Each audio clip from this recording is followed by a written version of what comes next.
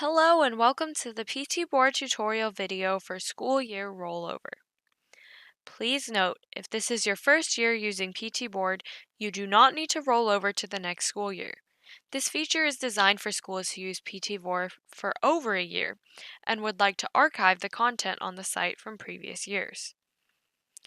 Each year, schools may have different sets of classes and users, so PTBoard will keep all the class and group names, but administrators will need to reassign users to their corresponding classes and groups.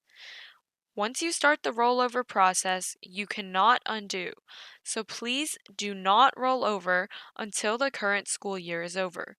You should only roll over once the school year has ended and before the new school year starts. To begin the rollover process, please click Manage School. Then, on the bottom of the page, click Start Rollover. Please uncheck all graduating classes or grades to remove them from your school for the next year.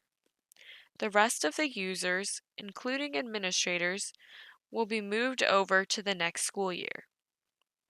To complete this process, please click the Manage Class button to review and update all classes for the new school year. For the new school year, announcements, sign-ups, and calendar will remain as they are with all information entered from the current school year. Form, directory, and class information will start fresh. The previous school year's forms and directory will be archived, so you can always view this content using the Switch School link at the top of the web page.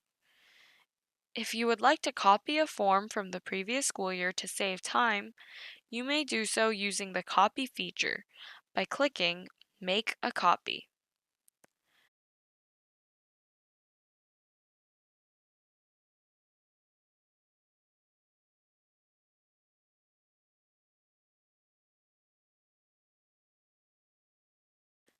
Thank you for watching. If you have any questions, please email us at info@ptboard.com.